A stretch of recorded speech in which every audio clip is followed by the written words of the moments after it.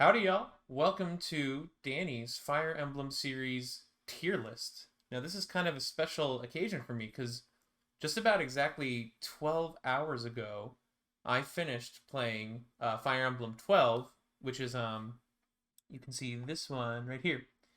And that's New Mystery of the Emblem, or Monsho no Nazo, I believe. Could have messed that up.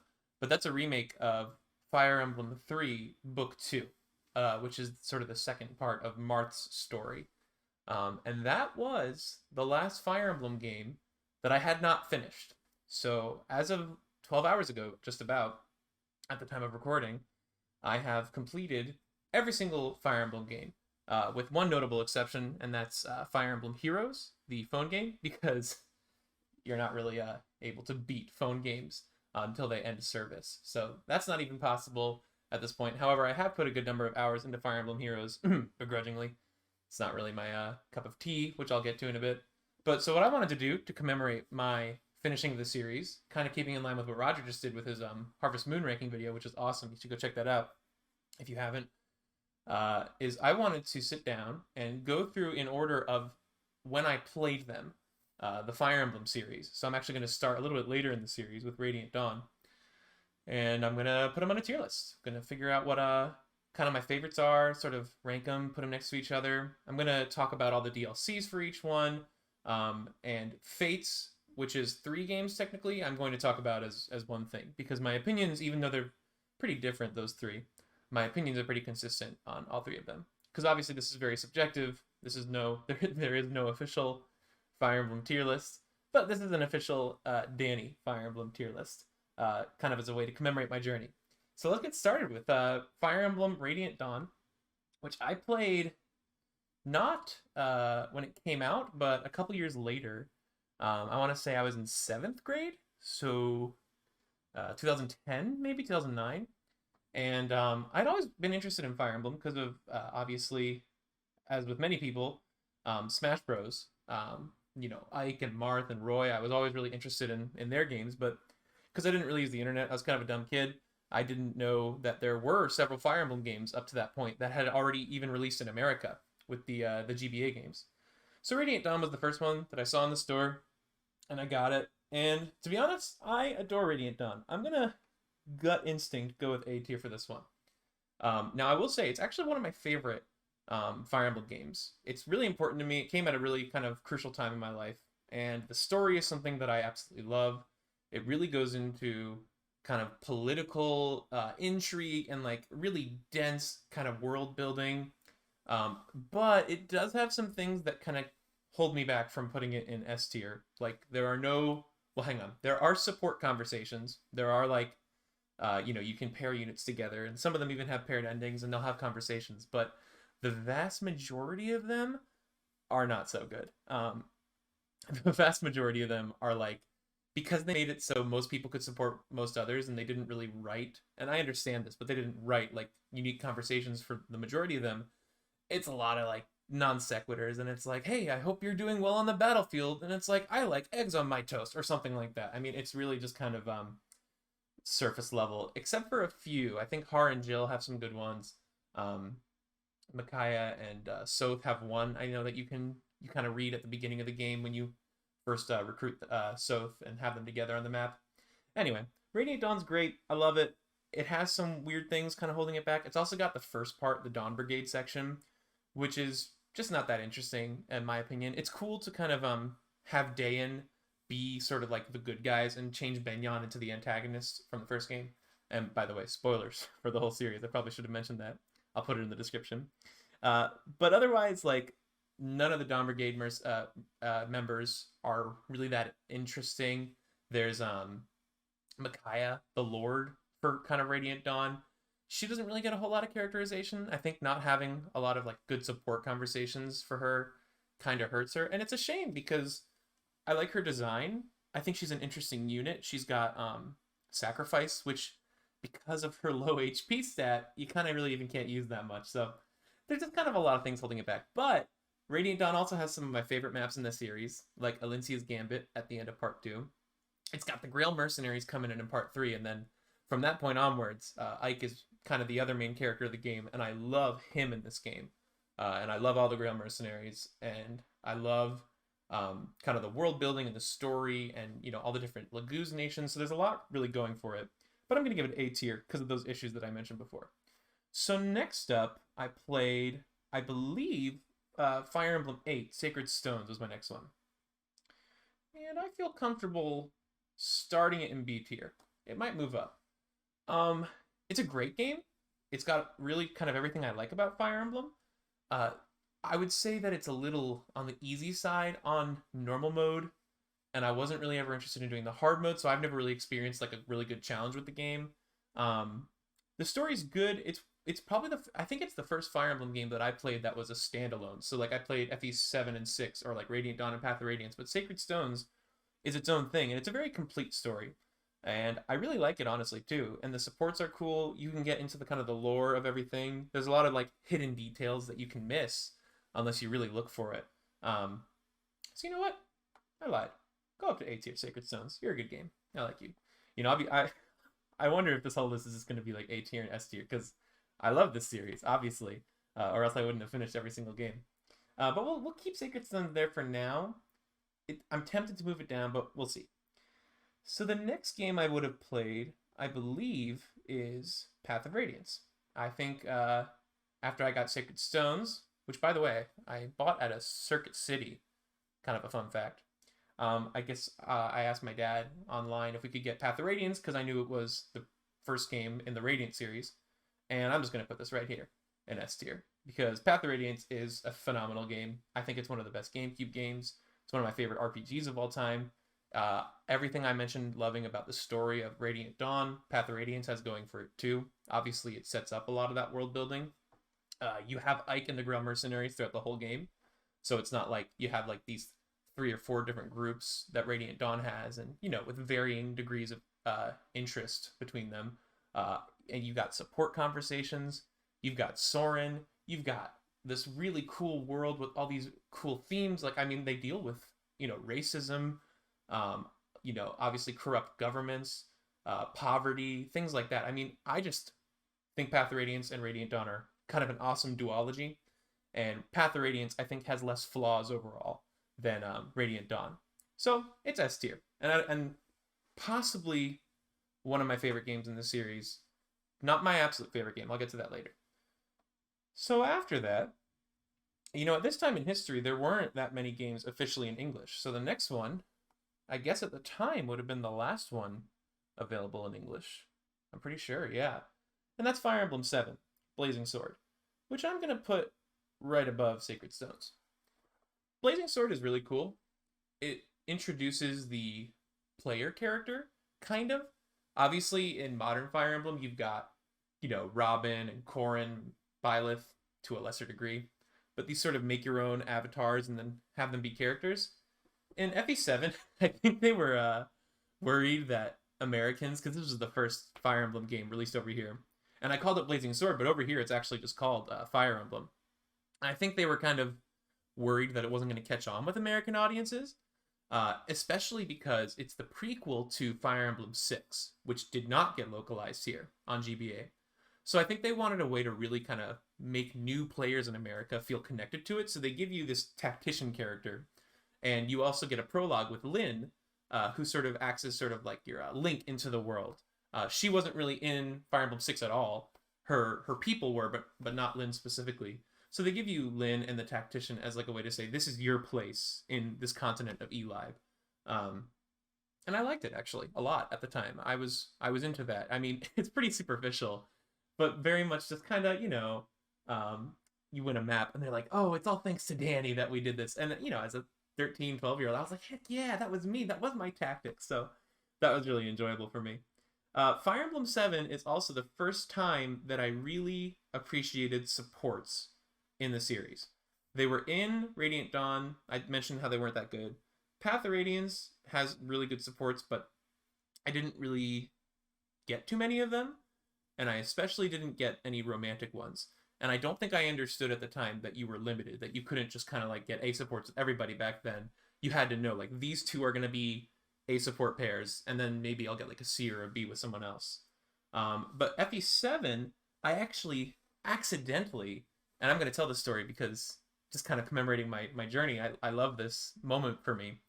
Uh, Ninian and Eliwood were the two that I got together. It's very much kind of the game's canon pairing. Not really canon, because you can pair Eliwood with other people. Um, but the chapter that I got their A support on, spoilers coming up, it was the first time in this series I saw a character profess their love for someone else. Eliwood told Ninian he loved her, and I was like, oh my gosh, what's happening? I've never seen this in a video game before that I've played really. I had played Harvest Moon, and you could propose to people, but it was like this relationship had built, and he was professing his love for her, and she was reciprocating. And then in that exact same chapter, it's the one where Eliwood accidentally kills Ninian because he doesn't realize that she's the possessed dragon at the end of the chapter, and his legendary sword, compels him to slay the dragon. And so it was really an organic experience for me, where I was just so connected to, like, oh my gosh, I got so into their relationship, and I was like beaming this morning when I played the chapter when they were supporting each other, and they got their A support, and it was like, oh my gosh, they're in love. And then I finished the chapter, I know, after school that day, and he killed her, and I was like, no. I remember being so upset, but I think that's just kind of a testament to how invested I've been in these stories, and that kind of figurative marriage of the gameplay mechanic of supports and the story of their relationship. Fire Emblem has a lot of really cool story gameplay integration, and that was kind of, I think, a really formative moment for me, where I realized just how invested I could be. So yeah, that was Fire Emblem 7. I really love so much of it. One of my buddies and I actually came up back in the day with a really cool anime adaptation kind of outline for FE7, which would have been awesome, by the way. And we were gonna pair it with the story of FE6, and I'm just shouting that out because that was an important part of my friendship with him too, and it's kind of why this game is a little bit more special. Now, Fire Emblem 6 is interesting. That's the next game I played. And what's interesting about this is a couple things. First off, I didn't know how to use emulators or fan patches at the time, so I played it in Japanese. So, Fire Emblem 6, which is Roy's game, Binding Blade, I played through it entirely. Well, I say entirely. If you don't know what to do, you'll get the worst ending, and I absolutely did. But to my 13, 14-year-old credit, I beat that game, even if it was the worst ending. And I thought back at the time that it was my absolute favorite game of all time. So this is where I would have put it back when I was 13. I'm a little older now. And I don't think that Binding Blade is, well, I definitely don't think it's the best game in the series. But I also love it. I have a lot of sentimentality for it. Uh, I liked Roy. I liked Lilina. I think as a design, when I played Phantasy Star Online, my character, my Fomarl, was named Lilina after her. I think I just really liked the character design, and that she was a fire magic user. I paired her with Forblaze, the legendary tome at the end of the game. And to be honest, there's actually a lot of character designs that I love from that game. Like I'm thinking of Milady, Percival. I really like Roy's design. Wolt. There's just all these. Oh, I mean, and the your two Cavaliers too. And I think partially it was the first game that was not made by Shozo Kaga, and they were really going all in on the GBA 2D sprite work. And I just think it looks awesome. I think they really did it well for the first time with Fire Emblem 6. Obviously, they did it really well in Blazing Sword and Sacred Stones, but anyway, so it's a good looking game. It's rough, though. I'm going to be honest. I think I realize as an adult, especially, how rough it is. Hard mode has ambush spawns, which I'm not a fan of. I don't know if I'm making this up. I think even normal mode has ambush spawns, which means that the enemies show up at the end of your turn. So the reinforcements show up at the end of your turn, which means you have no chance to do anything about it if they show up right behind you, which is really just something I've never enjoyed in the Fire Emblem series in any game. FE6 also has a lot that's really easy to miss. It's one of those games you kind of have to have a guide to play it optimally, which you kind of need to look up some stuff for the rest of the games, but not to the same level, I think. Because it's something like, I don't know, you need all of the legendary weapons, and if I'm remembering right, there's at least 8 of them, I think. So you need to get all of those guide-in chapters to unlock the last 5, 6 chapters of the game. which is what I did not do in my first playthrough in Japanese. Um, and then there's just a lot of really and a lot of games have this problem. There's just some bad units that you get, like Wendy or Sophia. Anyway, long story short, I'm at the point in my life where I think FE6 is a pretty rough, uh, it's a pretty rough game overall, but I do love it. I don't think it's quite as polished as Blazing Sword or Sacred Stones, even though I think it's got a lot going for it, especially in the story department. I think it's really cool, especially when you kind of think of FE7 and FE6 as one big story. It's an interesting narrative, especially when you see certain characters. It's like, where did they end up? Or, who dies? Who lives? Why did they die or live? Why did this character from this game, like Zephiel, why did he become evil in Fire Emblem 6? Like, there's a lot of stuff that I found really compelling in that regard. So anyway, long story short, I'm going to put it down in B tier. Just because that feels right now. Which is, I'm making my 13-year-old self roll over because it used to be, again, I used to say it was my favorite game of all time. I don't even think I'd put it in the top 10 now. But I do love it. I have a soft spot for it, like I said. Okay, so after that, the next Fire Emblem game I would have played is probably one of my least favorites in the series, actually, which is the remake of Fire Emblem 1, Shadow Dragon, which I think is FE11. And I'm going to put that right in C tier. And let me tell you why. It's a good remake of Fire Emblem 1 for the NES. And not much else, in my opinion. And I will say, this is the game I've played the least in this series, which is to say I played it one time when it came out, and I was probably like 14 or 15 at the time. So my perspective on it might change if I played it today. But it didn't have support conversations. It didn't really characterize the original cast much more than they had in the original game.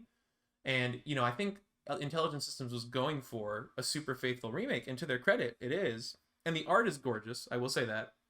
But just to kind of spoil something later, a lot of my issues with Shadow Dragon were fixed in the following game that we never got in America, which is the remake of FE3 Book 2. And so Shadow Dragon really just, I think it even kind of bored me as a kid, which was, Fire Emblem was mind-blowing for me back then, but, no supports. You don't really get a lot of characterization for the cast. There's so many units that you recruit in Fire Emblem 1 because it's built like a game where your units have permadeath. So they gave you like constant units all the time, and I just think I didn't really care about most of them. I did like it as a kid. I didn't hate it or anything, but I think it's the game of the whole series that I probably enjoyed the least when I played it. Oh, and the biggest thing too is coming off of the GBA games with these gorgeous battle animations. Then you go to the DS and sort of it's I'll be honest, kind of milquetoast 3D models. It's one of those things where it's like, yes, the DS can do 3D animation, but wouldn't that have been cool if we had had really detailed 2D animations that use that extra processing power? But anyway, I digress. It's a good game. I say C tier. That doesn't mean I hate it or anything. It's just the one that I probably enjoyed the least in the series. So good. I was worried this is going to be all S and A tier, but we've got a little variety so far. Okay, so the next game I would have played, I have to actually think about it for a second. I honestly think the next game I played was not for a couple years when Fire Emblem Awakening came out. And I'm going to tentatively put it next to Path of Radiance. And by the way, I haven't explained this yet. Closer to the left means I like it more. So right now I'm saying that I think I like Path of Radiance just a little bit more than Awakening. Even though objectively I think Awakening deserves maybe one of the top 1 or 2 spots in the franchise. I don't know if it's my favorite or second favorite game, which I'll kind of get to what my other favorites are. But you gotta give Awakening credit. It saved the series. Everybody knows that. Or every Fire Emblem fan really knows that. It's one of those things where I think that there's this base of older Fire Emblem fans who, played the Radiant games or the GBA games or the Shozo the first 5 games. And they don't like that the series kind of went pretty much mainstream. But, I mean, I don't know, man. Awakening not only saved the series, it paid honor to mechanics from almost every single game in the series, if not really every game in some way. You've got, the world map from Gaiden and Sacred Stones. Not only do you have support conversations, you have support conversations with everybody. I mean, every character has a number of people they can support. The player character unit has support conversations with literally the whole cast, and they're not just sort of non sequiturs like Radiant Dawn. They're fleshed out support conversations, almost to the point where some might say there's too many support conversations in the game. But you don't have to view them all, and I didn't. I just kind of did the ones that naturally happened in my playthroughs, and I thought it was awesome. Awakening was a fantastic game when it came out. I think it holds up. It's the first time I think the new sound team. I don't think Takeru Kanazaki yet, but some of the other people who've been working on the series for the last decade, that they really started to flex their own musical skills. And I'll be honest, I love Yuka Tsujioko's music, a lot of it for Fire Emblem, up through the first 6 or 7 games that she did. But Fire Emblem in the last decade, the music has been just wonderful. And I think that really started with Awakening. You've got one of my favorite things, which is the every map battle music has calm and battle versions that seamlessly transition in and out of each other, rather than in like Radiant Dawn where you have your map music, which is really good, and then it like fades out, and then you have like a little battle theme. In Awakening, every track just kind of goes in and out, which is really cool because when the music doesn't transition, like I think the track is Don't Speak Her Name, which is like sort of the middle of the game. If you play Awakening, you probably know what I'm talking about. And it's this really emotional moment in the game where the map music is the sad piano theme, and it doesn't change when you go into battle. And it's like, oh, it gives me chills just thinking about it. So anyway, Awakening is just awesome. I love it to death. It's got really good musical theming in terms of also like they build on leitmotifs. It takes a mechanic from most of the games in the series up to that point. You've got the generations of units, that is involved with pairing. You've got supports. You've got the player character. You've got the world map. The only thing that Awakening doesn't have for me is the Radiant Dawn and Path of Radiance world building. So like Awakening still very much feels like a story about take a sword and beat up a dragon, which is what a lot of the games are.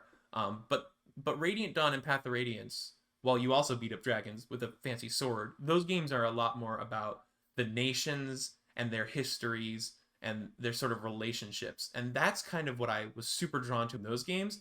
Awakening had the DNA of every single game in the series except for that piece of DNA, in my opinion. Otherwise, it's a fantastic game. It might even be in the entire series what I would consider the best game if I'm being honest. It's just not my favorite. Okay, so moving on. The next game I guess I would have played at that point. Let me just make sure. Yeah, I guess I wasn't really going back at this point in my life. So Awakening came out, I guess, in 2013 or 2012. And then Fates would have been the next game I played. And Fates, I'm just gonna put right here. Anime and gacha are mistakes. Look, I'm gonna be honest. I had a lot of fun playing Fates, but I have so many issues with it. Uh, it Everything that was really good about Awakening, or excuse me, one of the things that people really liked about Awakening were like the supports and the children. And it feels like Fates was very much like, let's just do all of that and not really worry about whether or not we thoughtfully integrate it. So like, I mean, the kids, right? In Awakening, they give you a reason for it. They kind of put it in because they wanted that mechanic. So it's not like it's not like Genealogy of the Holy War where the whole story is built around the generational gap. But Awakening still, I could buy it. For Fates, it's like, okay, these two units just had an A support, and then they instantly had a baby, and then put them in a pocket dimension so that they could come back as a full-grown unit. And at that point, I feel like we've really lost the whole integration of story and gameplay that I really love about Fire Emblem. It's very much just like, people like this about Awakening, so we had to have it again. And I didn't really love that. Why did I put it in the anime and gacha are mistakes category? Well, half of the romanceable options, more than half, are your siblings, whether you're a guy or a girl. And that's just kind of weird. I'm just going to be real about that. They kind of, I feel like I think it was written by light novel authors in Japan. And this could just be my biases against the game talking, but I think that kind of shows. I mean, there's a lot of like, you know, archetypes. It's like, oh, there's your sadistic One-chan and she loves you, and literally all of your siblings love you. Like, and it's not necessarily bad, but they also bait you too, because kind of spoilers, if you go for Azura, who is like the one character who's kind of ostensibly not your sibling, by blood or by upbringing, you find out that she's actually more related to you than most of the cast. So it's just kind of weird. I know it's a cultural difference, but just kind of a weird thing. And I think I also have a lot of biases against Fates because it worried me at the time that the franchise was going a certain direction for fan service and things like that, that I just wasn't super comfortable with. I liked that it was popular, and like I said, I actually enjoyed playing Fates a lot. I think it's got a lot of great maps. I didn't separate it because, like I said, my opinion's about the same about all three. I enjoyed playing Birthright, Conquest, and Revelations. There were good maps in all three.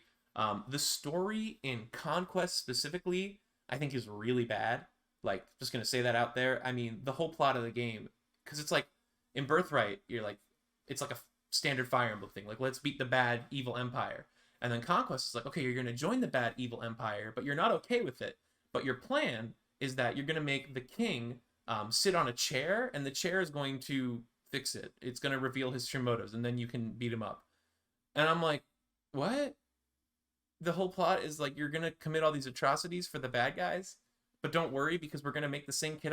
We're gonna make the king sit on a chair, and I'm not even exaggerating. That's the plot of Fates, and I'm probably being way too harsh on it because I think it's the Fire Emblem game that I have the most issues with in that regard. Shadow Dragon bored me the most. Fates did not bore me. I can say that Fates is not a boring game, and I understand why people love it. I really do.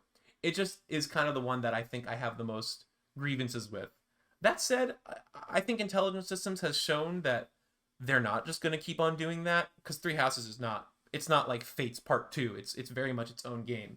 Um, Now, if I were to take it out of this category, I'd probably put it in like high B tier. No higher than that though. Yeah, probably just higher low B tier. But I'm going to keep it in the anime and gacha art mistakes category because that best sums up how I feel about Fire Emblem Fates. And actually, that's a great segue into the next game, Fire Emblem Heroes, which only has one place to go, and it is the anime and gacha art mistakes categories. Um, Again, I know that Fates and Heroes, I have to give them credit for this. They have kept interest in the Fire Emblem franchise incredibly high. So people are playing these games and spending a lot of money on these. And, even if it's not for me, a lot of people love spending money to try and get summer and bridal and bunny girl outfits. Like, I think it's ridiculous personally. But I have to admit that Intelligent Systems has been able to do a lot more as a result. I mean, Fire Emblem has become one of Nintendo's premier franchises, which 10 years ago, I don't think I ever would have been able to say. So that's the one thing I will credit these games with. Fire Emblem Heroes really disappoints me, actually a lot more than Fates, because when they first announced Fire Emblem Mobile, I thought, oh, great. Fire Emblem is a series that would work great with mobile because you don't actually have to sacrifice anything. You could just put a Fire Emblem game on a phone because, in my opinion, there's no barrier to entry because Fire Emblem, it's not like you need like ergonomic controls or anything like that because you're just, it's a tactical game. So I thought a touchscreen would work great for just, a standard Fire Emblem map. And I thought it maybe give it its own story, its own thing. I would have paid like $30 for a complete thing from that you could play from start to finish. But then, of course, it was the gacha monetization model, which people love. And I mean, another thing I resent about Fire Emblem Heroes is that it made Nintendo do gacha for pretty much all of their mobile offerings from then on. They did Super Mario Run, and nobody wanted to pay $10 for it. Well, that's not true. People paid $10 for it, but it underperformed what they thought it would. And then Fire Emblem Heroes really took off and still goes strong to this day.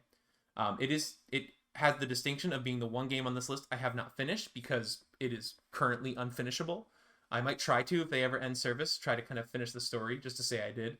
I will say one thing more positive in the positive side of things for Heroes is that there's a lot of really wonderful art that Heroes has. Like I have the Gatekeeper one, and he's really beautiful, and they really go all out. There's a lot of love for Fire Emblem in the development, so it's not all negative. A big part of this is my bias against gacha as a monetization model for video games. I really think it's inherently predatory, personally.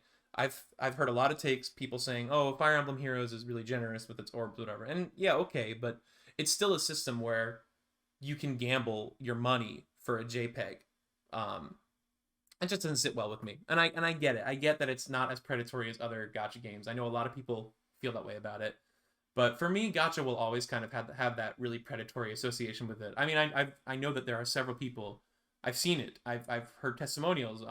I know people who have spent a lot of money to get like one thing and they didn't get it, and I just hate it. I hate having that tied into video games. I view them as an art form, and I just kind of devalues the artistic side of it for me when you put that thing in that can prey on someone's gambling addiction or something like that. So, kind of an aside rant, but that's why Heroes earns the distinction of being at the very bottom of my list, under the anime and gacha are mistakes category. Okay, so next up, I think that's the end of my negativity for this whole list. I think everything else is pretty much smooth sailing from here. Oh, actually, no, I lied. There's one more negative thing that I have to say. But anyway, the next game I guess I would have played is actually Tokyo Mirage Sessions on Wii U. But I'm going to save that because I didn't beat Tokyo Mirage Sessions until a couple years later when it came out on Switch. So the next game I would have played all the way through is Fire Emblem Echoes, which I'm going to put right at the top of my list because I adore Fire Emblem Echoes. It's a really good remake of Gaiden, which I used to not like when I played it as a kid. I just thought it was really weird, and it is weird for what it's worth. But Echoes really facelifts it. It gives all the character supports, which is an issue that I have with Shadow Dragon, is that they remade FE1 without that extra kind of love and care. Echoes adds supports. It's this beautiful UI. I think it's probably the most polished user interface out of every Fire Emblem game, including Three Houses, which actually has a step back in some cases. Echoes was a very nice experience in terms of you could I love the store all and optimize buttons. It was very kind of soothing and cathartic for me to go through my inventories, and you could pair weapons like vulneraries together, I think, to kind of optimize your uses that way. You could optimize your inventory for each character so you don't actually have to go through your stock. You can see what's the game's recommended build for the highest damage output that you can do. Echoes also has just a phenomenal soundtrack. Yuka Tsujiyoko crushed it on the NES with Fire Emblem 2 and with Fire Emblem 1 and with the rest of her games. But Takuya Kanazaki, he really did an amazing job of breathing life into that NES soundtrack on the 3DS. And it makes for one of, in my opinion, the best RPG soundtracks ever, for me personally, and certainly one of the best Fire Emblem soundtracks ever, if not the best. I mean, you've got Twilight of the Gods as an amazing finale. You've got Arc of Dawn for the Map 2 music. You've got all these really great remixes that don't just use the original and remix them, but he also adds his own musical identity in with the Echoes motif that goes through so much of the music. I mean, you already have iconic music like March to Deliverance, da da da da da da da da da da da da da, but then you've got the Map 4 music, What Lies at the End, or the Chapter 4 music, which uses just a little theme from the original game and turns it into its whole big thing. And I just love it. I think it's one of the, and I think the soundtrack is a big reason why Echoes is my favorite Fire Emblem game, because it's just so well done, and it's probably the best remake soundtrack I've ever heard in my life that really becomes its own entity as well as honoring the original. One little criticism about Echoes, just to be fair, is that they didn't really fix any of the weird map design choices from FE2, and I think I was okay with that because I was so into the character designs, which, by the way, the art is fantastic.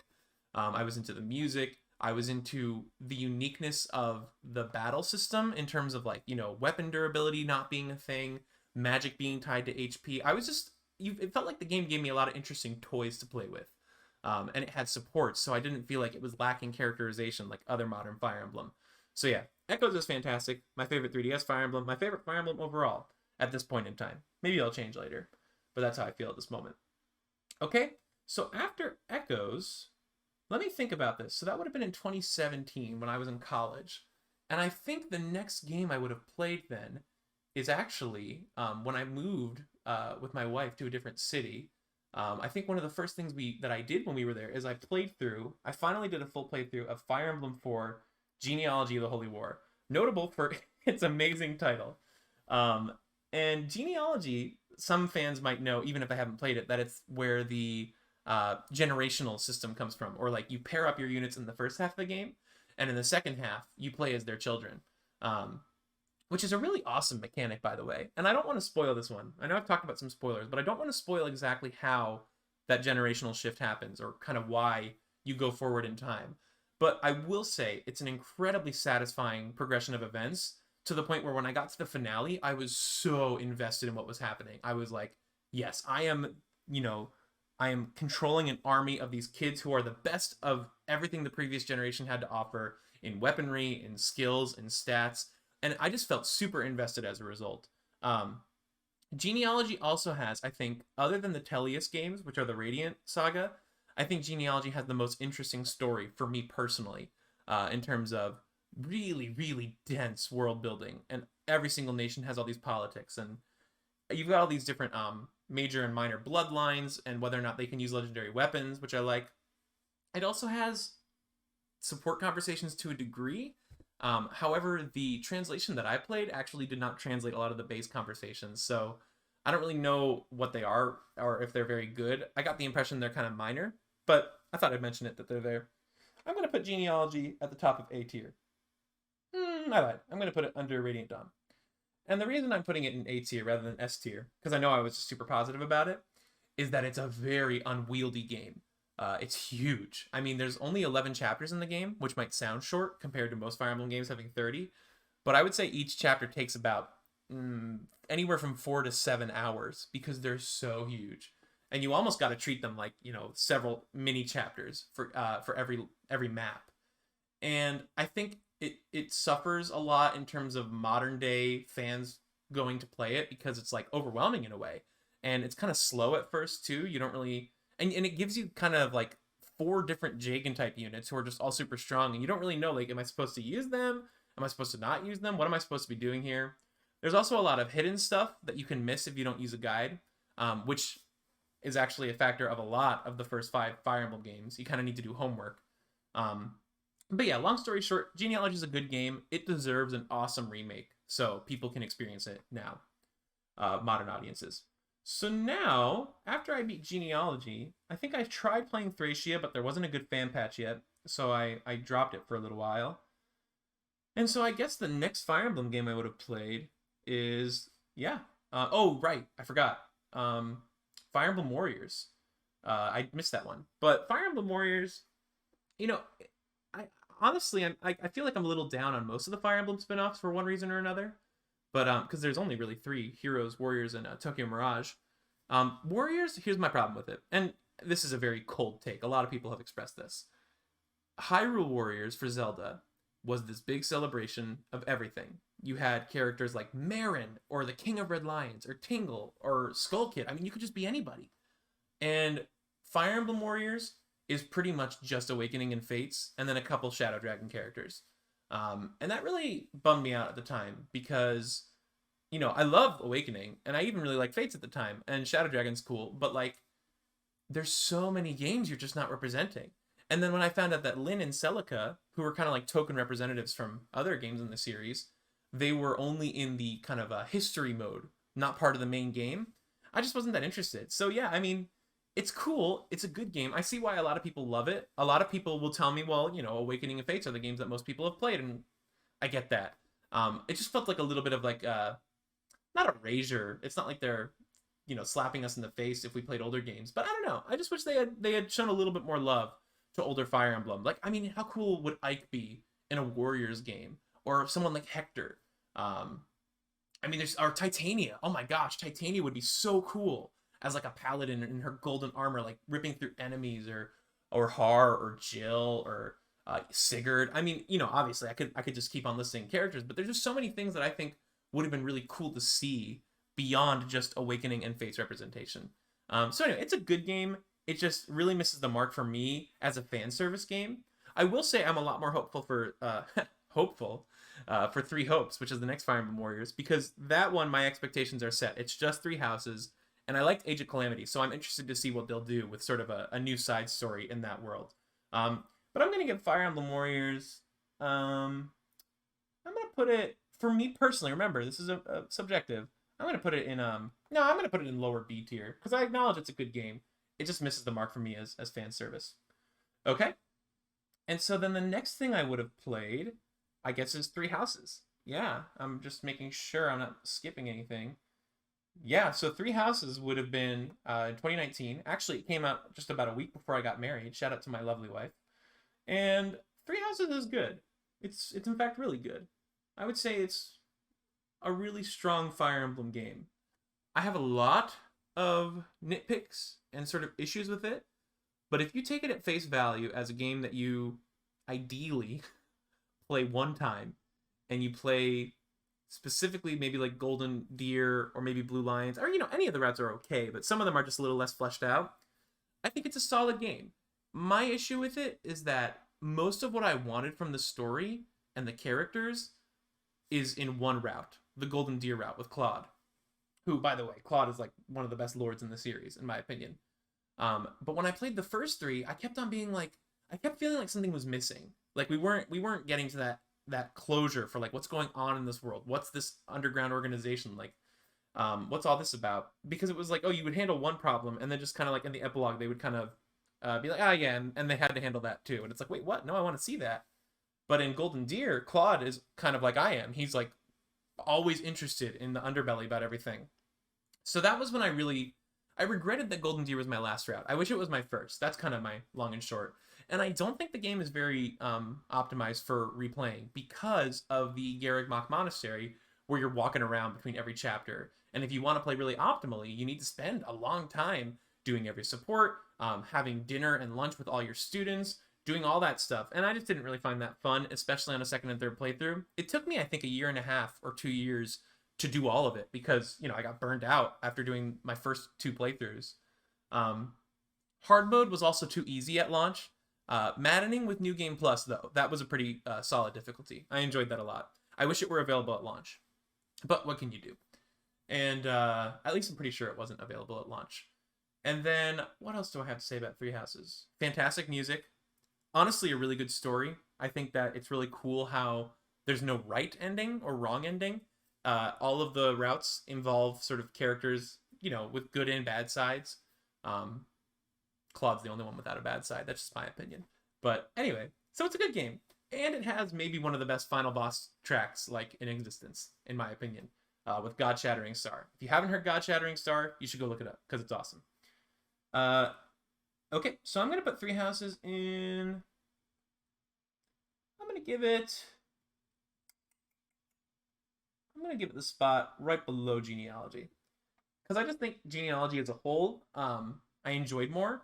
Especially, it was 160-hour playthrough that for me didn't have a lot of downtime. Three Houses was like, I don't know, like 180 hours, with a lot of downtime. So that just kind of holds it back a little bit. And the reason I'm actually giving it this spot in A tier rather than putting it a little lower is because of the DLC, Cindered Shadows, because that is just quality Fire Emblem all throughout. It's really, really solid. In fact, I lied. Cindered Shadows, that gives it the bump above Genealogy of the Holy War. And Radiant Dawn is safeguarding this A spot. I can't bear to put it any lower. So all right. How am I feeling so far? Yeah, I like this. This feels right. Binding Blade being solo kind of hurts me, but I think that's right. Feels even a little weird to have it next to Warriors, but all right, we're gonna move on. So next up, I think I would have played. Oh, did the remake of Tokyo Mirage Sessions? I think that was 2020. That sounds right. So that would have been the next game that I played, all the way through. So, or not the remake, but the Switch Deluxe Edition, which didn't. I'm going to count, by the way, because every other game I've played the original and remake version. Tokyo Mirage on Wii U is not a fundamentally different game than on Switch. Switch adds some stuff and takes away some, in my opinion, dumb stuff. So I think it's not one of those things where it's like, oh, well, you didn't play the Wii U version. Well, okay, at me on Twitter. We'll fight about it. But Tokyo Mirage is a solid game. I really didn't like it when I first played it on Wii U because it did not feel like a Fire Emblem game at all. It uses Fire Emblem characters and like some kind of like themes here and there, and I mean literal themes like music and also story themes. But it's just kind of like Baby's first Persona in a lot of ways.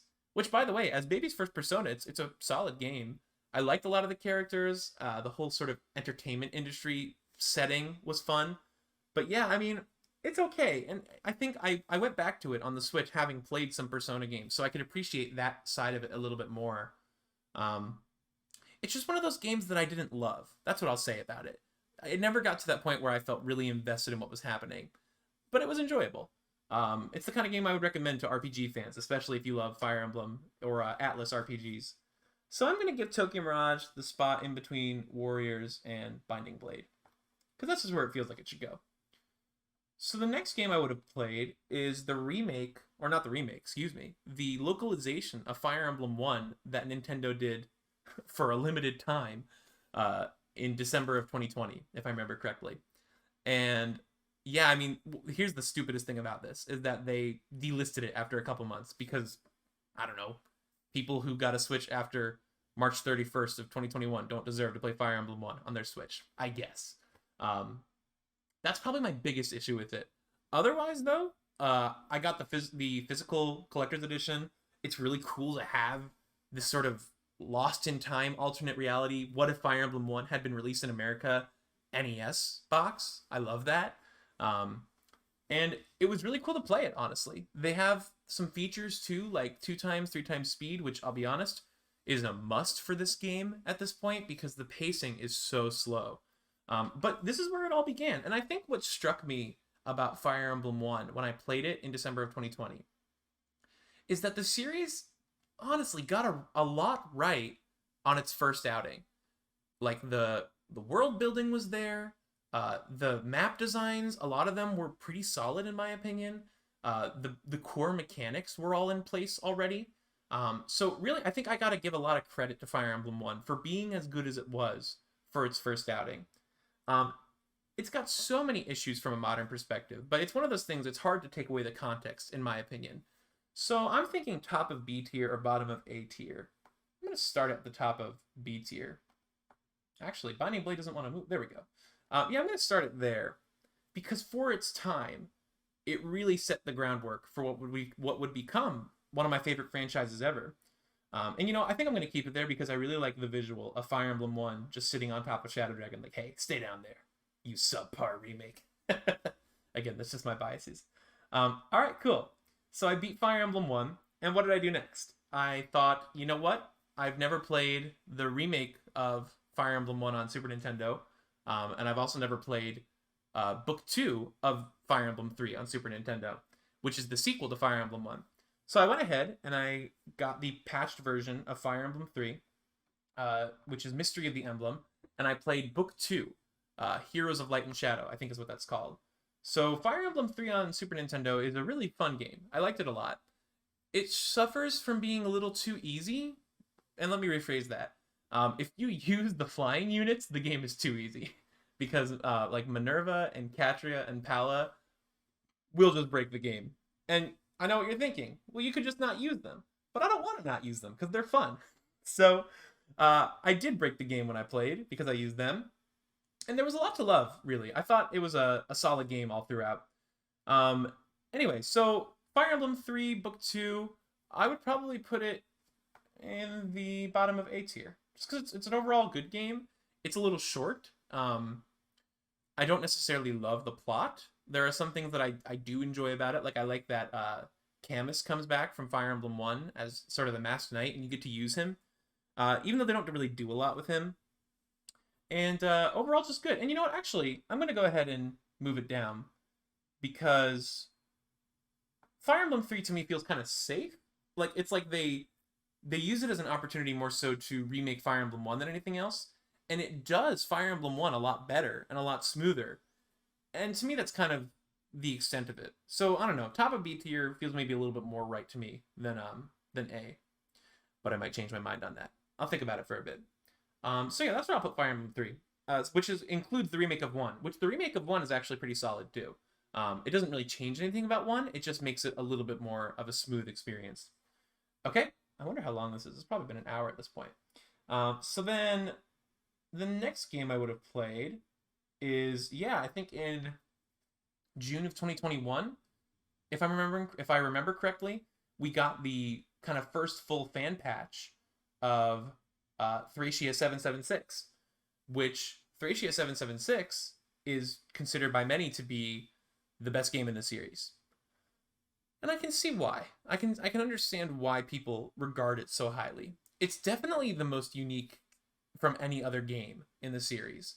I mean, already the setting is like this kind of alternate reality, or like In genealogy, you can have all sorts of pairings, which determine what happened in the second half. And Thracia 776 is like one unique instance of like, what if these units were paired in this kind of scenario and these events happened in this time period, the year 776. I used to think that it was like during the time skip of genealogy, and that's not true. It takes place during the second half of genealogy, in sort of these events. I think between like chapters 5 and 7, or I think in that time period. I could be wrong about that, but sort of around there. And you play as Leaf, who's a minor protagonist in FE4. And what I really love about Thracia 776 is that Leaf's story is very much about being constantly on the run and sort of pushed up with his back against the wall. And they capture that feeling really well.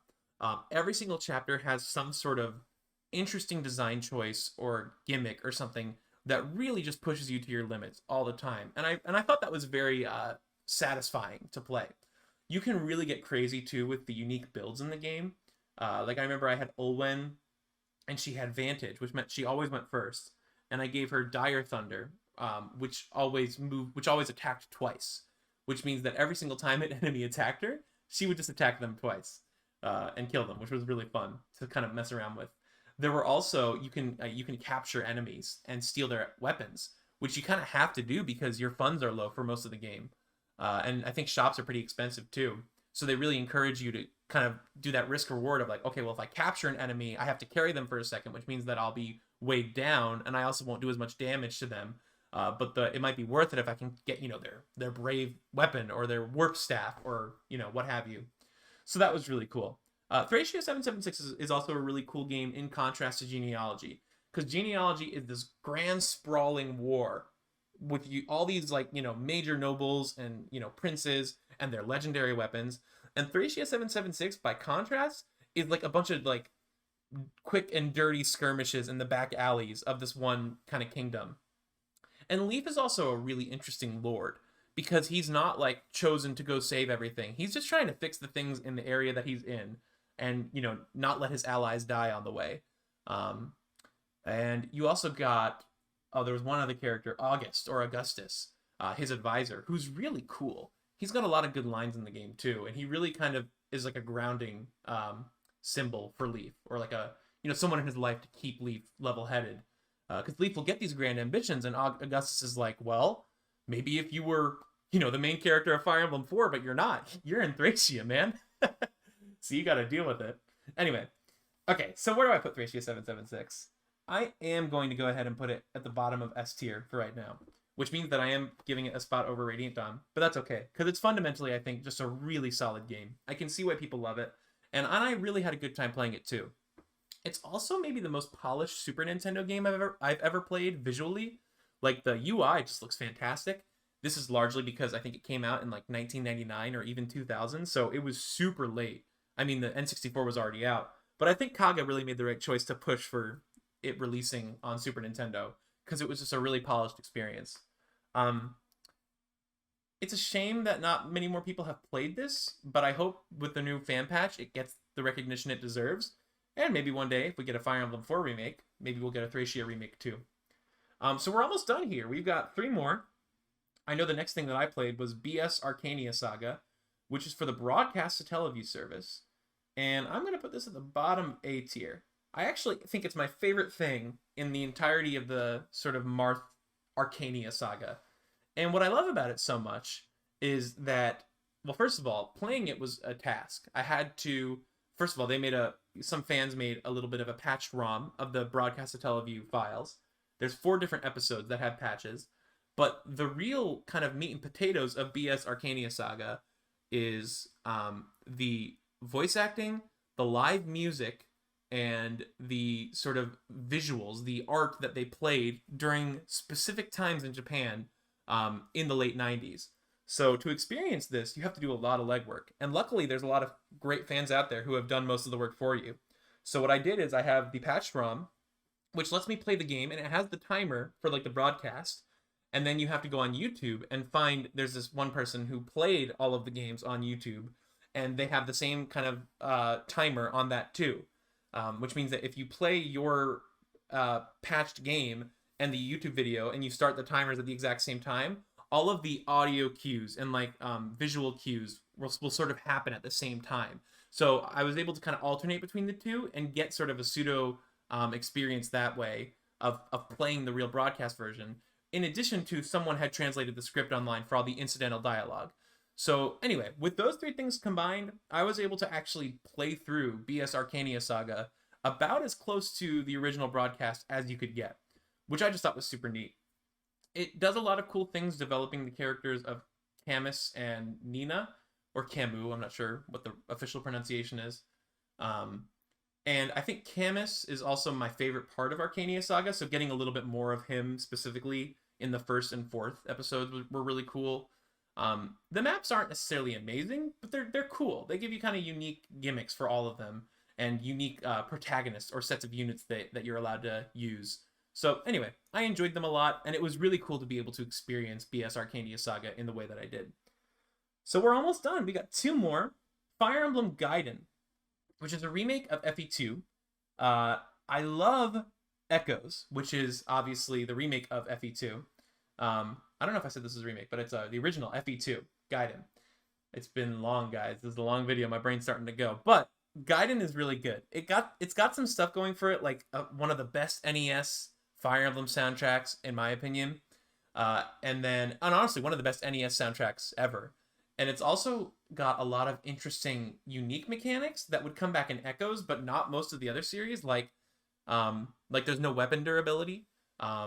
Units can equip like one weapon that has like a unique gimmick. Like for Alm, I would give him the Thunder Sword or the Levin Sword, and he could range attack units. Magic is tied to your HP stat, so if you want to use really strong magic, you need to use a little bit more of your HP, which is just kind of an interesting risk and reward thing. And yeah, it's cool. I also like that it's got the world map that you go through. As a kid, I played this game and it confused the heck out of me. But as an adult, I thought it was pretty neat. It's rough, but it's neat. And it's one of those games that I really appreciated what it did for the time that it came out. And so I'm going to give it a spot right above Sacred Stones, but below Blazing Sword.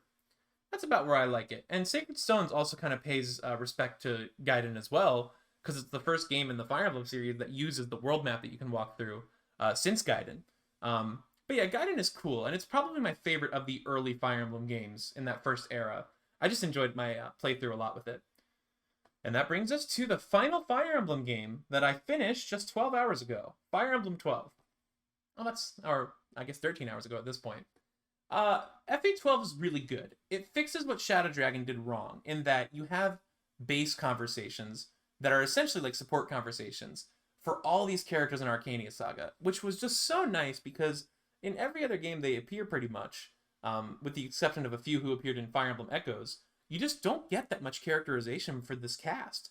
So in FE12, it was cool to not only see them interact with the player character, but also with each other. And I got to learn a lot more about their specific motivations. And honestly, some of the support conversations got me pretty emotional. It was effective. My biggest issue with FE12 is that normal mode is super easy, and hard mode has ambush spawns. So it took me like 3 different attempts of starting this game over several years to finally get to a point where I was like, I'm just going to play it on normal mode. Because what happened is I kept playing it on hard mode and getting really frustrated when it was like, okay, I'm doing really well. Oh no, they just spawned 4 paladins around my guys. Oh, I'm dead. Well, okay, I have to restart this chapter now. But normal mode, what I finished just recently, it really was just like a cakewalk. I didn't have to really think about anything. I thought I did at first, and it was like, no, this is just, you can just put, your character unit is busted. You can reclass people into flyers, which I didn't really do, but the option's there if you want to. If you want to just have an army of Wyvern Knights, you can have, I think, up to 5 reclassed there, which is just insane. So anyway, long story short, it's a really good remake. I wish that there was something like a hard mode that didn't have ambush spawns. I think I would have enjoyed the game a lot more. But I know a lot of other Fire Emblem fans are probably like, oh, ambush spawns are great because I like when it hurts me. And I'm like, well, good for you. But yeah, FE12 also has sort of a pseudo remake of BS Arcania Saga. It's not as cool because it doesn't have like the original music or voice acting or the CGs, but it's still neat that they put it there so that there's some way for BS Arcania Saga to live on. And then the last thing I played in FE12 were the little DLC maps. There were 3 unique maps that I finished kind of playing last night, and they were really cool. One of them lets you play as Garneth, the main Dark Mage, the evil Dark Mage from Fire Emblem 1 and 3. And it was really neat because the game kind of throws all these reinforcements at you in this DLC chapter, and I'm like, oh, I'm gonna die. And then it's like, hey, what if we just gave you Garneth? And I was like, oh. And because Garneth's gimmick is that only one thing in the game can hurt him, and none of the enemies have it, you can just like stomp through the whole army. So that was really fun.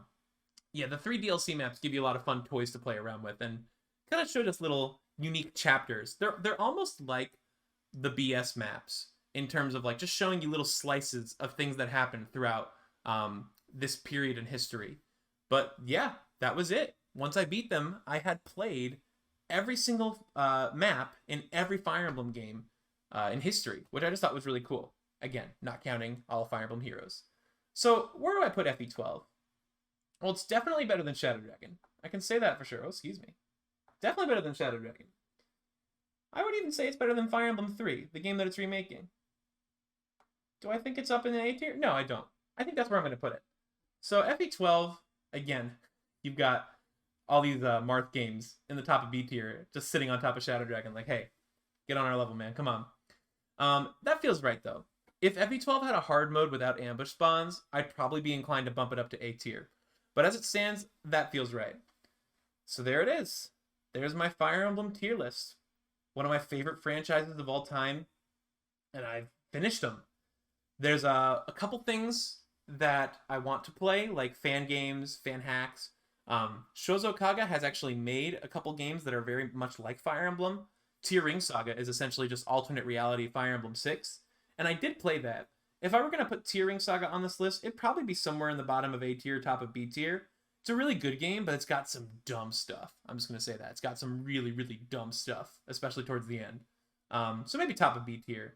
And then Berwick Saga, which I think is a little bit different. It's got kind of like hexagonal grids that you play on. That's probably the next game I'll play, actually, in this genre, which I'm really excited to do because I hear it's really unique and interesting.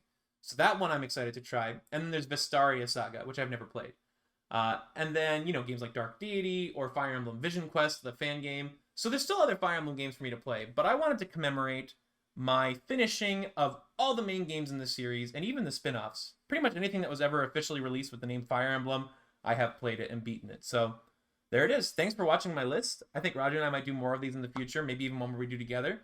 So stay tuned if you want to see more of these. And if you have a different Fire Emblem list, share your feelings about it. Even if you haven't played them all, just, talk about which ones are your favorite. I'd love to hear it. So thank you, and I hope y'all have a great day. Editing Danny from the future here. I wanted to talk about 2 little things. The first is about Fire Emblem guidance placement in A tier. I think my brain kind of short-circuited during that segment, so I just wanted to elaborate a little bit on why I put it up there. First of all, it's the original version of Echoes, which is my favorite game, so it gets a lot of sentimentality points just for that. Second is that I've played a couple NES RPGs in my life. I haven't finished all that many, but I've finished, Dragon Quest 1 and 2. I've played a little bit of Mother 1. I played a little bit of like Sweet Home, just kind of around. I've shopped around the different RPGs, and I think to me, FE2 is one of the most polished NES RPGs I've ever played. It's really juggling a lot, but I found it to be very fun. And it was one of those things that, it's obviously one of those games that came out very late in the NES's life, so it has that benefit. It probably could have even been a Super Nintendo game at that point, but it was really good on the NES. So those 2 things combined together to really kind of give it that placement. The second thing is that I just couldn't stand seeing Binding Blade where it was, so I'm going to put it right above New Mystery of the Emblem at the very top of B tier, which means that canonically, Roy is better than Marth.